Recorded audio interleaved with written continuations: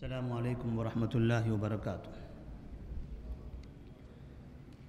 الحمد للہ رب العالمین والصلاة والسلام علی رسولہ الامین وعلی آلہ وصحبہ اجمعین ومن تبعہم بإحسان الی یوم الدین، اما بعد۔ سیرت النبی صلی اللہ علیہ وسلم کے سلسلے دروس میں آج کے درس کا عنوان ہوگا وفات سید المرسلین صلی اللہ علیہ وسلم۔ نبی کریم صلی اللہ علیہ وسلم کی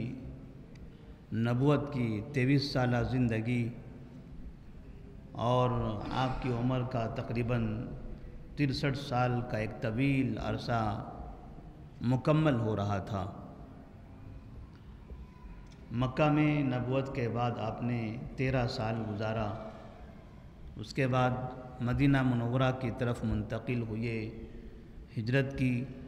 اور یہاں آ کر آپ نے 10 سال کی محنت کے بعد پورا مکہ، مدینہ اور جزیرہ عرب تقریباً آپ نے شرک سے اس کو پاک کر دیا، ایک دنیا کا سب سے امن والا علاقہ بنا دیا، دنیا کا سب سے خوشحال بھائی چارگی والا ملک، جہاں محبت تھی، احترام تھا، عزت تھی، اور جرائم پیشہ افراد جرائم کرنے سے جہاں ڈرتے تھے، خیر کا کام کرنے والے خیر میں ہمیشہ سبقت لے جاتے تھے، ایک ایسا ملک آپ نے ترتیب دیا کہ ساری دنیا کے لیے وہ ملک ایک مثالی اور آئیڈیل بن گیا۔ لیکن یہ دنیا ہے اور اس دنیا میں ہر ایک کو فنا ہے، کوئی اس دنیا میں باقی رہنے والا نہیں ہے۔ ایک وہ شخص جو دنیا کا سب سے پہلا انسان تھا، جس کو اللہ تبارک و تعالیٰ نے اپنے ہاتھوں سے بنایا تھا، جس کے سامنے فرشتوں نے سجدہ کیا تھا، جن کا ایک عرصہ جنت کے اندر بھی گزرا تھا، ایک ایسا بھی دور آیا کہ انہیں زمین پر اتارا گیا اور پھر ایک دن ان کی روح قبض ہو گئی، اور وہی چیز منہا خلقناکم وفیہا نعیدکم ومنہا نخرجکم تارۃ اخری، مٹی سے بنایا گیا ہے اور مٹی میں ہی انسانوں کو جانا ہے۔ تو اس طرح سے جب آدم علیہ السلام آسمان سے نیچے اترے اور یہاں کچھ عرصہ انہوں نے زندگی گزاری اور پھر دنیا سے چلے گئے، یہ سلسلہ اس وقت سے چلا آ رہا ہے یہاں تک کہ آخری نبی محمد مصطفیٰ صلی اللہ علیہ وسلم کا دور آیا۔ تو آپ صلی اللہ علیہ وسلم جہاں اللہ کے سب سے محبوب بندے، کائنات میں سب سے معزز انسان، آج بھی دنیا کی ہر قوم، ان سب کی نظر میں اگر سب سے زیادہ محفوظ زندگی، سب سے زیادہ بہترین زندگی کسی کی اگر ہے تو وہ محمد صلی اللہ علیہ وسلم کی زندگی ہے۔ دنیا کو آپ نے 23 سال تک کئی ہزار سال جینے کا طریقہ سکھا دیا، صرف 23 سال کے عرصے میں۔ قیامت تک جتنی قومیں، جتنے لوگ آتے رہیں گے، جتنے ملک آباد ہوں گے، اس ساری آبادیوں کو آپ نے اپنی زندگی گزارنے کا ایک بہترین سلیقہ اور طریقہ دے دیا۔ اور پھر وہ دن آیا جب آپ اپنی عمر کے 63ویں سال میں داخل ہو گئے، آپ نے ہجرت کے 10ویں سال حج سے فراغت حاصل کی۔ اس کے بعد جب ماہ سفر شروع ہوا، ماہ سفر میں آپ صلی اللہ علیہ وسلم بیمار ہو گئے، اور بیمار ہوتے ہوتے ربیع الاول کی 12ویں تاریخ آ گئی۔ 12ویں تاریخ کو فجر کی نماز پڑھتے ہوئے آپ نے صحابہ رضی اللہ تعالیٰ عنہم کو دیکھا، اور آپ دیکھ کر مسکرانے لگے یہ میری محنت ہے، یہ 23 سال کی محنت کا ثمرہ ہے، یہ مسجد کی توسیع اور یہ امام ابوبکر صدیق رضی اللہ تعالیٰ عنہ، میں اس جگہ امامت کرتا تھا، اب میں نے انہیں ایسی تربیت دی ہے کہ ان میں سے اب ہر کوئی امام بھی بن سکتا ہے۔ ابوبکر صدیق رضی اللہ تعالیٰ عنہ امامت کر رہے تھے، ان کے پیچھے صحابہ رضی اللہ تعالیٰ عنہ فجر کی نماز پڑھ رہے تھے، فجر کی نماز میں مسجد بھری ہوئی تھی۔ آپ نے وہ بھی دیکھا کہ لوگ راتوں کی نیند کو قربان کر کے مسجد میں حاضر ہیں۔ جو میں نے محنت کیا تھا، جو میں نے تربیت کی تھی، وہ تربیت کا یہ اثر نظر آ رہا ہے۔ آپ صلی اللہ علیہ وسلم خوشی سے مسکرانے لگے۔ پھر آپ نے اپنے گھر کا جو پردہ تھا وہ پردہ بند کر دیا، گھر میں چلے گئے، اور پھر اس کے بعد جیسے جیسے دن چڑھتا جا رہا تھا، فجر کی نماز کا وقت ختم ہو گیا، سورج نکل گیا، چاشت کا وقت آ گیا، وہ وقت بھی اب جانے کو قریب تھا، دھوپ تیز ہوتی جا رہی تھی کہ اس درمیان میں نبی کریم صلی اللہ علیہ وسلم بہت زیادہ تکلیف میں مبتلا ہو جاتے ہیں، اور ایسی حالت میں پہنچ جاتے ہیں کہ آپ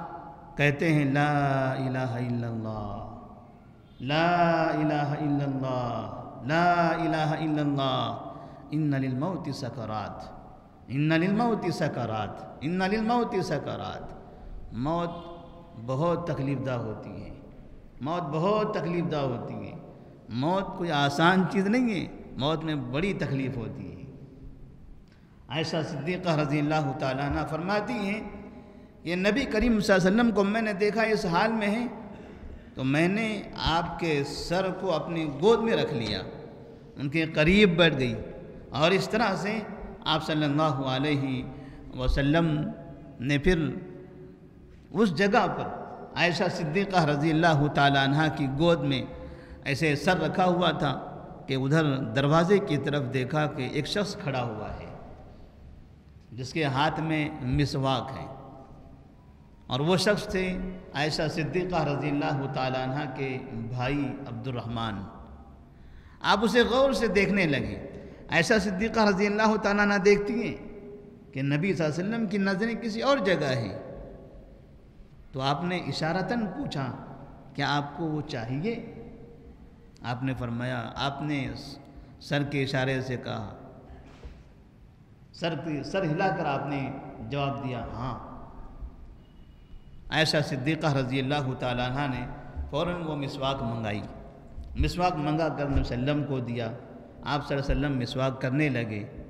مسواک تھوڑی سی سخت تھی، تو میں نے محسوس کیا کہ اس سختی کی وجہ سے آپ کو مسواک کرنے میں دشواری ہو رہی ہے، تو میں نے پھر پوچھا کیا یہ مسواک نرم کر کے دوں؟ تو آپ نے سر کے اشارے سے کہا ہاں۔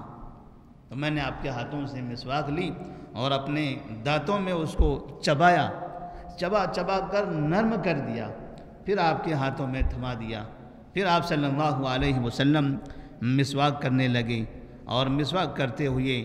آپ نے دونوں ہاتھ جو بازو میں پانی کا برتن رکھا ہوا تھا اس میں ڈبوتے تھے، اور اپنے چہرے پر ہاتھ پھیرتے تھے اور کہتے تھے لا الہ الا اللہ ان للموت سکرات،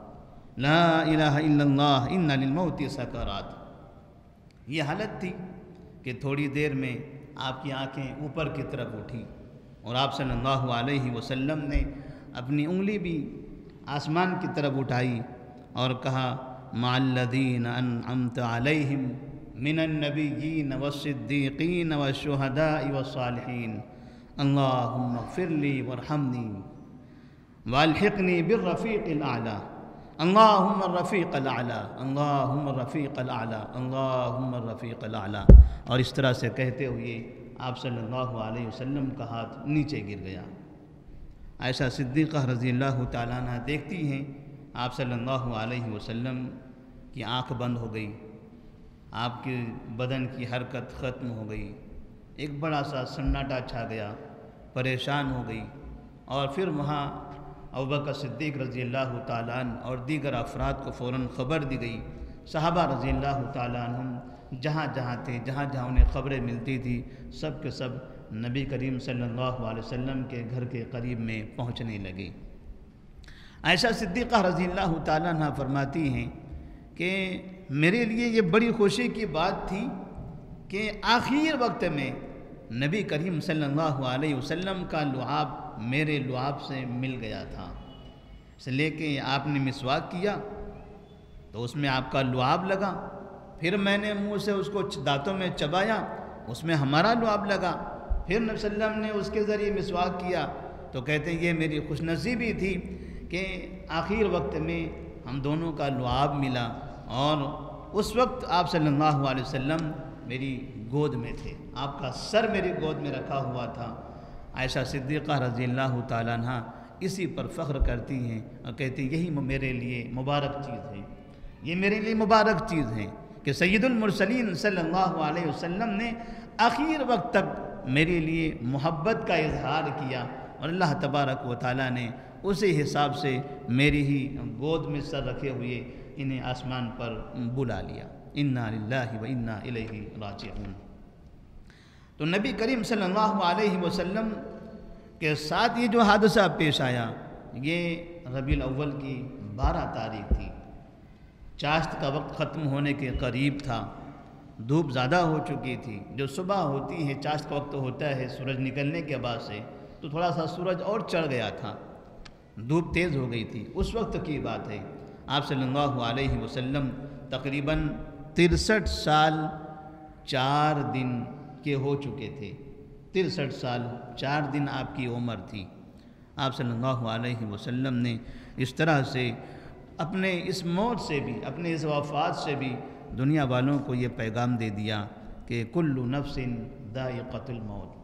کل شیء ہالک الا وجہہ، ہر چیز فنا ہونے والی ہے سوائے اللہ تبارک و تعالیٰ، اللہ ہی باقی رہنے والا ہے۔ وَيَبْقَى وَجْهُ رَبِّكَ ذُو الْجَلَالِ وَالْإِكْرَامِ، اللہ کے علاوہ کسی اور کو بقا نہیں ہے، جو مخلوق ہے وہ فنا ہوگی، جو مخلوق ہے اسے ختم ہونا ہے، اور ختم ہونا یہ عیب نہیں ہے، وفات پا جانا یہ عیب نہیں ہے، کسی کو موت آ جانا یہ عیب نہیں ہے۔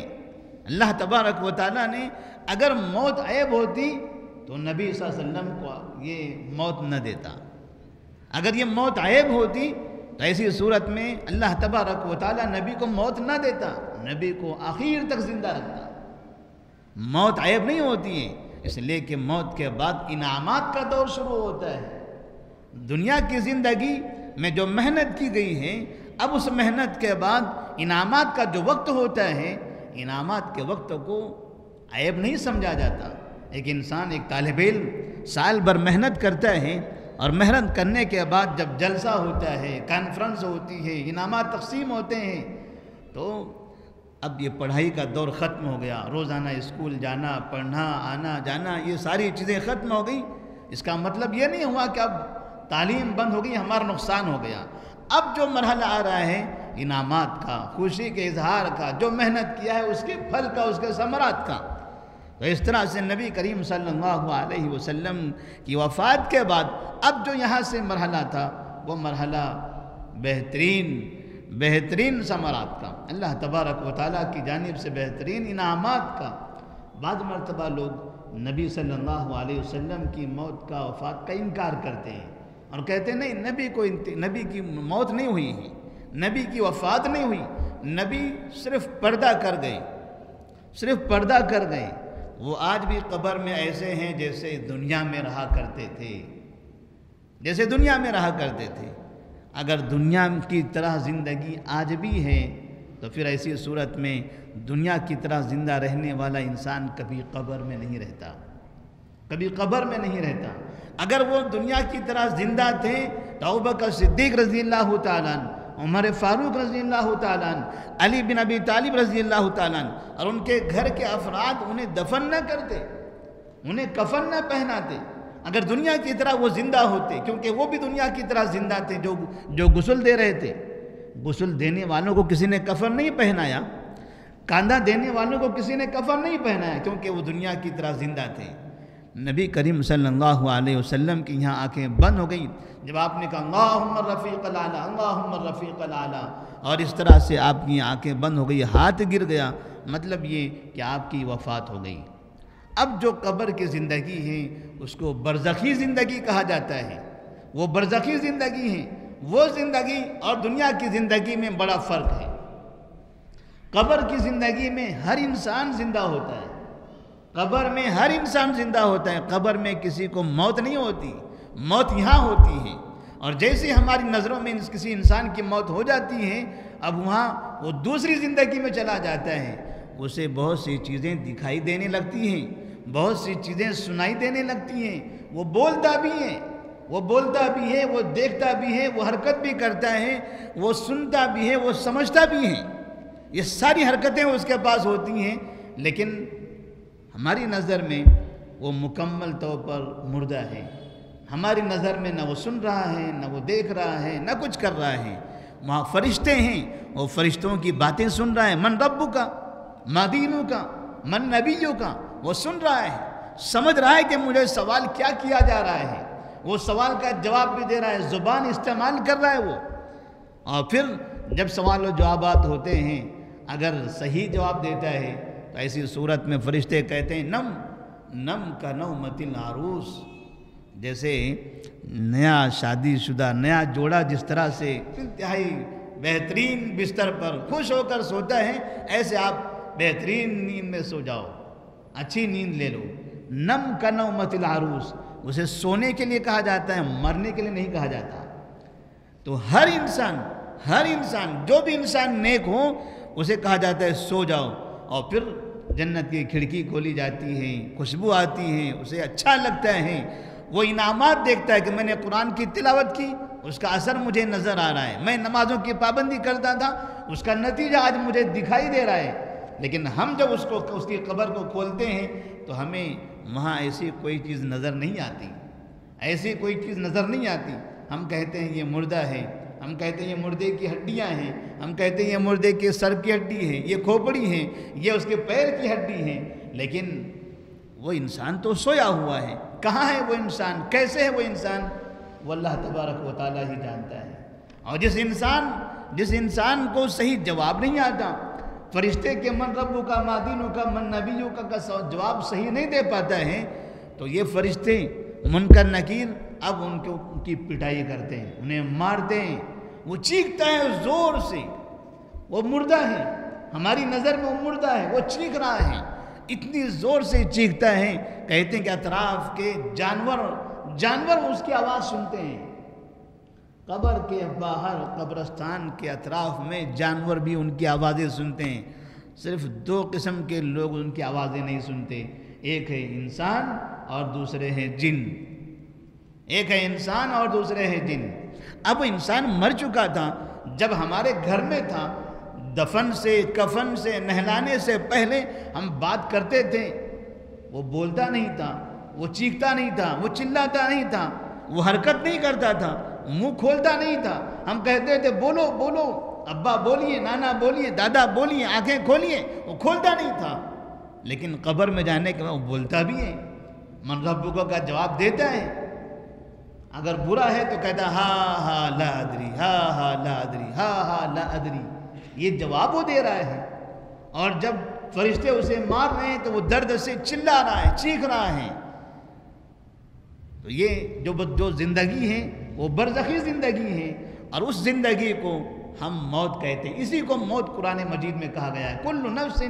ذائقۃ الموت۔ تو چاہے آدم علیہ السلام ہو، چاہے آخری نبی محمد صلی اللہ علیہ وسلم ہو، چاہے دنیا کا پہلا انسان ہو، چاہے دنیا کا آخری انسان ہو، تمام انسانوں کو، تمام جنوں کو، سب کو موت آنی ہے، اور یہ موت حقیقت ہے۔ اسی کے بعد نبی کریم صلی اللہ علیہ وسلم کے جو ساتھی تھے، آپ کے جو شاگرد تھے، تربیت یافتہ افراد تھے، ابوبکر صدیق رضی اللہ تعالیٰ عنہ، عمر فاروق رضی اللہ تعالیٰ عنہ، عثمان غنی رضی اللہ تعالیٰ عنہ، علی بن ابی طالب رضی اللہ تعالیٰ عنہ، آپ کے بعد انہوں نے ترتیب سے وہ ملک سنبھالا، اس قوم کو سنبھالا، قوم کو آگے بڑھایا، آپ کے پیغام کو دنیا میں عام کیا، آپ کا جو مشن تھا اس مشن کو ساری دنیا میں پھیلایا۔ آپ کی جو محنت تھی، جس طرح سے آپ نے تربیت دی تھی، اس پر وہ عمل کرتے رہیں، اور اس طرح سے ساری دنیا کے لیے وہ گویا کہ نبی کا ایک چہرہ بن گئے، نبی کا ایک چہرہ بن گئی کہ انہیں دیکھتے تھے تو معلوم ہوتا تھا کہ نبی نماز ایسے پڑھتے تھے، انہیں دیکھتے تھے تو معلوم ہوتا تھا کہ نبی کی زندگی ایسے ہوا کرتی تھی، کیونکہ انہوں نے نبی سے سیکھا تھا، نبی کی طرح نمازیں پڑھتے تھے، نبی کی طرح روزہ رکھتے تھے، نبی کی طرح چلتے پھرتے تھے، نبی کی طرح حکومت کیا کرتے تھے۔ انہیں دیکھ کر پھر نبی یاد آتے تھے، کیونکہ ان سے کہا گیا تھا کہ میرے طریقے پر تم عمل کرو، اور آج تک صحابہ رضی اللہ تعالیٰ عنہ کی وہ زندگیاں ہمارے سامنے محفوظ ہیں۔ اس لیے ہمیشہ انسان کو اپنی آخرت کی فکر کرنی چاہیے۔ جب سید المرسلین صلی اللہ علیہ وسلم اللہ کے سب سے محبوب بندے وہ اس دنیا سے جا سکتے ہیں، 63 سال کا عرصہ آپ کی عمر کا تھا۔ ہمارے پاس ہمارے اطراف میں کتنے ایسے لوگ ہیں جو 63 کو پار کر چکے ہیں، 70 سال کے ہیں، 75 سال کے ہیں، 80 سال کے ہیں۔ نبی کو 63 سال عمر ملی ہے، کتنے مسلمان اس عمر سے آگے تک بھی زندگی گزار رہے ہیں۔ یہ اللہ کا کرم ہے، اللہ نے موقع دیا ہے۔ یہ زندگی، یہ لمحہ، یہ ایام، یہ اوقات، اس کو اللہ کے راہ میں گزارنا چاہیے، نبی کی سنت پر عمل کرتے ہوئے گزارنا چاہیے۔ اور نبی کریم صلی اللہ علیہ وسلم نے زندگی کے آخری ایام میں جو نصیحتیں فرمائی تھی، خاص طور پر قبر پرستی سے دور رہنے کی آپ نے تعلیم دی، اور اپنے ماتحتوں کے ساتھ اچھا برتاؤ کرنے کی آپ نے وصیت فرمائی، نمازوں کا اہتمام کرنے، نمازوں کی پابندی کرنے کی آپ نے تلقین فرمائی۔ یہ بڑے بڑے جو پیغام ہیں، ان پیغامات پر ہمیں عمل کرتے رہنا چاہیے، اور اللہ سے دعا کرتے رہنا چاہیے کہ اللہ تبارک و تعالی ہمیں بھی اچھی زندگی عطا فرمائے، اچھی موت عطا فرمائے۔ اس موت کے بعد کی جو زندگی ہے، قبر کی زندگی، برزخی زندگی، اللہ اس زندگی میں بھی ہمیں خوش و خرم رکھے، وہاں کے حساب و کتاب کو بھی آسان فرمائے، ہماری قبروں کو وسیع فرمائے۔ اب جو لوگ اس دنیا سے جا چکے ہیں، نبی صلی اللہ علیہ وسلم سے پہلے آپ کے زمانے میں اور آپ کے بعد صحابہ رضی اللہ تعالیٰ عنہ میں، اسی طرح ائمہ کرام، محدثین، جتنے نیک افراد اس دنیا سے جا چکے ہیں، اللہ تبارک و تعالیٰ ان سب پر تو اپنی رحمتیں اور برکتیں نازل فرما، ان کی قبروں کو منور فرما۔ جب بھی نبی کا نام آئے، اللہ تبارک و تعالیٰ ہمیں اس بات کی توفیق دے کہ ہم نبی پر درود پڑھتے رہیں۔ نبی نے فرمایا تھا، من صلی علیہ واحدۃ صلی اللہ علیہ بہا عشرہ، جو مجھ پر ایک بار درود پڑھے گا، اللہ تبارک و تعالیٰ اس پر 10 مرتبہ رحمتیں نازل فرمائے گا۔ تو جب بھی نبی کا نام آئے تو کہیں صلی اللہ علیہ وسلم، صلی اللہ علیہ وسلم، صلی اللہ علیہ وسلم۔ السلام علیکم ورحمۃ اللہ وبرکاتہ۔